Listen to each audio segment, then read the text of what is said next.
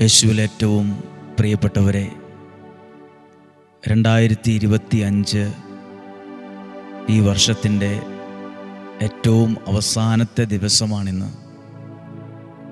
നാളെ പുതിയൊരു വർഷം 2026 ജനുവരി 1-ാം തീയതിയിലേക്ക് പ്രവേശിക്കുവാണ്. ദൈവത്തിന് നമുക്കൊരുപാട് നന്ദി പറഞ്ഞ് പ്രാർത്ഥിക്കാം. കാരണം ദൈവവചനം കേൾക്കുന്ന, പ്രാർത്ഥിക്കുന്ന വലിയൊരു സമൂഹം ദൈവാനുഗ്രഹത്തിൽ രൂപപ്പെടാൻ ഇടയായിട്ടുണ്ട്. ദൈവത്തിൻ്റെ വചനത്തെ സ്നേഹിക്കുന്ന ഒരു തലമുറ ഈ ദേശത്ത് ഉയർന്നു വരുന്നുണ്ട്. ആരാധിക്കുന്ന, പ്രാർത്ഥിക്കുന്ന ഒരു തലമുറ. നമുക്ക് ദൈവത്തോട് നന്ദി പറയാം. ഈ ഒരു വർഷം ഒരുമിച്ച് വചനം കേട്ടതിന്, കൂടെ നിന്നതിന്, പരസ്പരം പ്രാർത്ഥിച്ചതിന്, സപ്പോർട്ട് ചെയ്തതിന്, സഹായിച്ചതിന് എല്ലാവരോടും ഉള്ളിൻ്റെ ഉള്ളിൽ നിന്ന് ഞങ്ങൾ ഒരുമിച്ച് നന്ദി പറയുകയാണ്. പ്രിയപ്പെട്ടവരെ, ദൈവവചനം കേൾക്കാൻ തുടങ്ങിയ നാൾ തൊട്ട് വീണ്ടും വീണ്ടും തകർച്ചയിലേക്ക് പോകുന്നതല്ല കണ്ടത്, വീണ്ടും വീണ്ടും നാശത്തിലേക്ക് പോകുന്നതല്ല കണ്ടത്. ഉയർന്നുയർന്നു വരുന്ന, അനുഗ്രഹത്തോടെ കയറി വരുന്നതാണ് കാണാനും അറിയാനും അനുഭവിക്കാനും ഇടയായത്. നമുക്കൊരു നിമിഷം നന്ദി പറയാം. ദൈവമേ, ഞങ്ങളെ സഹായിച്ചതിന്, ഞങ്ങളെ അനുഗ്രഹിച്ചതിന്, ഞങ്ങളെ കൈപിടിച്ച് നടത്തിയതിന്, വലിയ വലിയ പ്രതിസന്ധികളിൽ നിന്നൊക്കെ നമ്മളെ ദൈവം കൈപിടിച്ച് നടത്തിയിട്ടുണ്ട്. മരണത്തിൻ്റെ നിഴൽ വീണ താഴ്വരയിൽ നിന്ന് പോലും നമ്മളെ സൂക്ഷിച്ചിട്ടുണ്ട്. മനസ്സ് ഡിപ്രഷനിലേക്ക് പോകുന്ന, തകർന്നു പോകുന്ന, ഒറ്റപ്പെട്ടു പോകുന്ന, താളം തെറ്റിപ്പോകുന്ന, എല്ലാം കൈവിട്ടു പോകുന്ന, ജീവിക്കണമെന്ന് 1% പോലും താല്പര്യമില്ലാതായി പോകുന്ന, ജീവിത പരാജയങ്ങളുടെ അനുഭവങ്ങളിലൂടെ കടന്നുപോയ സമയത്തും, സങ്കീർത്തകൻ്റെ ഭാഷയിൽ പറഞ്ഞാൽ മരണത്തിൻ്റെ നിഴൽ വീണ താഴ്വരയിൽ കൂടെയൊക്കെ പോയ സമയത്ത് ദൈവത്തിൻ്റെ കരം ദൈവവചനത്തിലൂടെ നമ്മളെ മുറുക്ക പിടിച്ചതുകൊണ്ടാണ് നമ്മൾ തകരാതിരുന്നത്, പരാജയപ്പെട്ടു പോകാതിരുന്നത്, പൊട്ട തീരുമാനങ്ങൾ എടുക്കാതിരുന്നത്. എല്ലാം ഒരു അനുഗ്രഹമാണ്. ഞാനൊരു കാര്യം ഈ 2025 മനസ്സിലാക്കി. എനിക്ക് അത് നിങ്ങളോട് പറയണമെന്ന് ആഗ്രഹമുണ്ട്. എനിക്ക് വലിയ കാര്യമായി പ്രസംഗിക്കാനൊന്നും അറിയില്ല. കാരണം ഞാനത് പ്രസംഗം പഠിക്കാൻ പോയിട്ടില്ല, പഠിച്ചിട്ടുമില്ല. പക്ഷേ നമ്മൾ ദൈവത്തെ മഹത്വപ്പെടുത്തിക്കൊണ്ട് ആത്മാർത്ഥതയോടെ ചെയ്താൽ, എന്ന് പറഞ്ഞാൽ മുഴുവൻ മഹത്വവും ദൈവത്തിന് കൊടുത്ത് നമുക്ക് ഒരു കാര്യം ചെയ്യാൻ കഴിഞ്ഞാൽ ആ ശുശ്രൂഷയും വിജയിക്കും, ആ ശുശ്രൂഷകനും വിജയിക്കുമെന്ന് എനിക്ക് മനസ്സിലായി. ദൈവനാമത്തെ മഹത്വപ്പെടുത്തിക്കൊണ്ട് ഈ കഴിഞ്ഞ വർഷം മുഴുവൻ ശുശ്രൂഷ ചെയ്യാൻ കഴിഞ്ഞു. ഒരു തരത്തിലുള്ള ലാഭനഷ്ട കണക്കുകൾ മനസ്സിൽ സൂക്ഷിക്കാതെ ദൈവത്തെ മഹത്വപ്പെടുത്തിക്കൊണ്ട് മാത്രം കഴിവ് തെളിയിക്കാനോ, കുറേ കൂടി സ്ഥാനമാനങ്ങൾ ലഭിക്കാനോ, കുറേ കൂടി അംഗീകാരം ലഭിക്കാനോ, വലിയ പുള്ളിയാകാനോ ഒന്നും പോകാതെ ദൈവത്തിൻ്റെ നാമത്തെ മഹത്വപ്പെടുത്താൻ മാത്രം ആഗ്രഹിക്കുന്നു.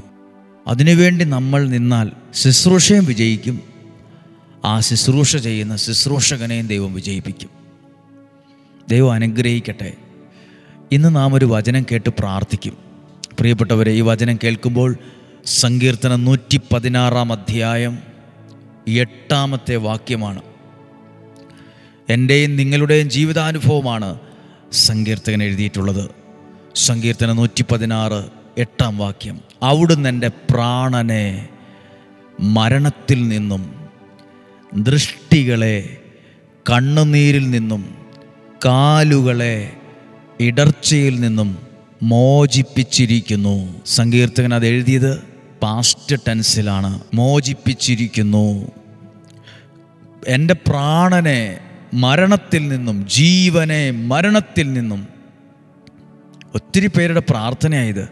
ജീവനെ മരണത്തിൽ നിന്നും, കാലിനെ വീഴ്ചയിൽ നിന്നും, കണ്ണിനെ കണ്ണുനീരിൽ നിന്നും കാത്തുകൊള്ളണമേ. എത്ര പേർക്ക് ഈ വചനത്തെ ചുറ്റിപ്പറ്റി എത്ര അനുഭവങ്ങൾ പറയാനുണ്ടെന്നറിയാമോ? എത്രയോ അപകടങ്ങളിൽ നിന്നും നമ്മളെ ദൈവം സൂക്ഷിച്ചു, ദൈവം സംരക്ഷിച്ചു, ദൈവം നമ്മളെ കരുതി. ഉറക്കമില്ലാത്ത നാളുകളും കണ്ണുനീരോടെ ഒറ്റയ്ക്കിരുന്ന സമയങ്ങളൊക്കെ ഉണ്ടായി, ഒക്കെ ജീവിതത്തിൽ കടന്നുപോയി. വെട്ടിയിട്ട ചേമ്പന്താള് വെയിലത്ത് കിടന്ന് വാടുന്ന പോലെ വാടിപ്പോയ സമയമുണ്ട്. ചേമ്പന്താള് അതാ ചേമ്പേന്ന് വെട്ടി ആ വെയിലത്തോട്ടിട്ട് 10 മിനിറ്റ് കഴിയുമ്പം അത് ആടിത്തൂങ്ങും, അത് വാടിപ്പോവും. ഇതുപോലെ ജീവിതത്തിലും വാടിപ്പോയ സമയങ്ങളുണ്ട്.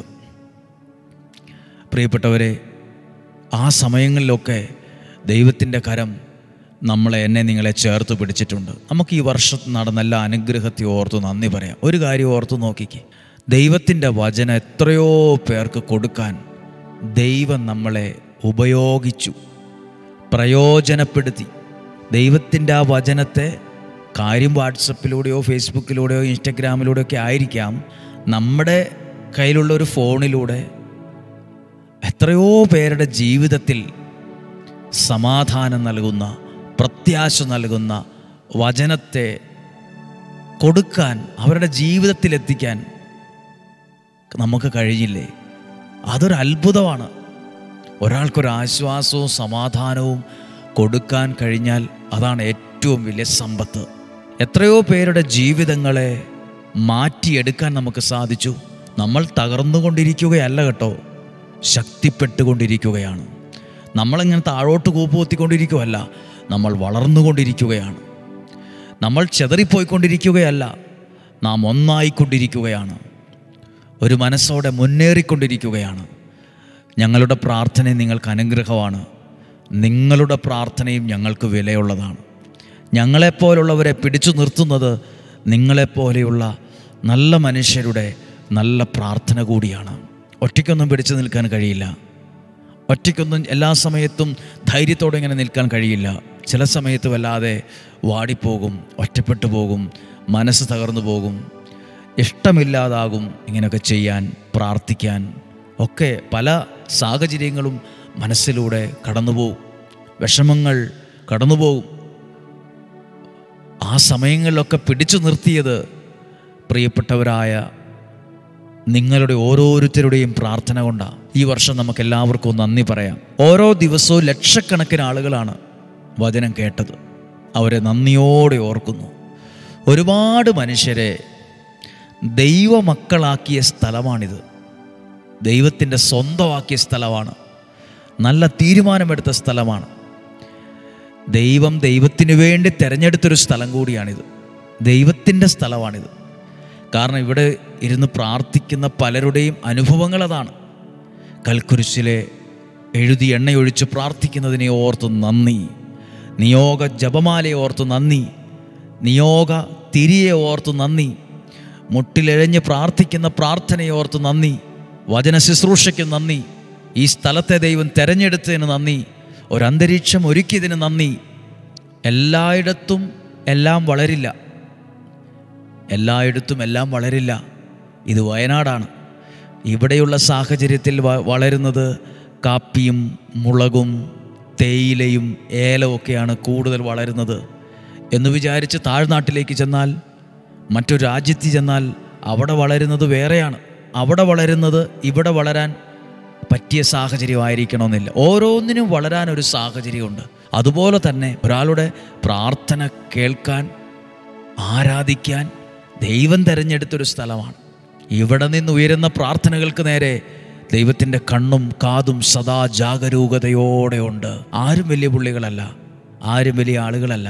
എല്ലാവരും സാധാരണക്കാരാണ്, നിസ്സാരരായ മനുഷ്യരാണ്, വെറും പച്ചയായ മനുഷ്യരാ. നമ്മളെയൊക്കെ ദൈവം പ്രയോജനപ്പെടുത്തുന്നു എന്ന് മാത്രം. നമുക്ക് ഈ വചനം ഓർക്കാം.